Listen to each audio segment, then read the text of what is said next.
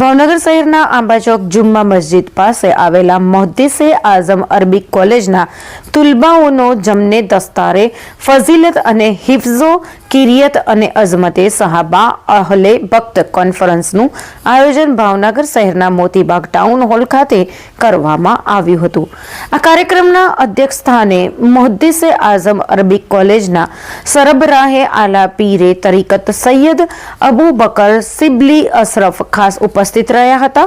તેમજ પીરે તરીકત સૈયદ સલમાન અશરફ મુફતી અશરફ જા સાહેબ બુરહાની સૈયદ અબ્દુલ કાદિર બાપુ ગુલામ સૈયદ અશરફી સૈયદ વસીમ બાપુ कारी मोहम्मद हनीफ अकबरी सैयद मोमिन बापू सहितना आलिम साहेबो मौलाना साहेबो सैयद सादातो અને મોટી સંખ્યામાં મુસ્લિમ બિરાદરો ઉપસ્થિત રહ્યા હતા।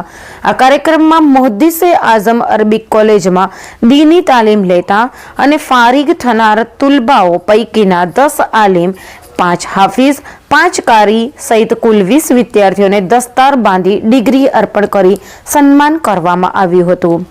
આ કાર્યક્રમમાં મશહૂર આલિમ સાહેબો મૌલાના સાહેબોએ પ્રાસંગિક ઉદ્ઘાટન કર્યું હતું। તેમજ ભાવનગર શહેરમાં મોહદ્દિસે આઝમ અરબી કોલેજનું નવું વિશાળ બિલ્ડિંગ બનાવવાનો પ્રોજેક્ટ પણ રજૂ કરવામાં આવ્યો હતો।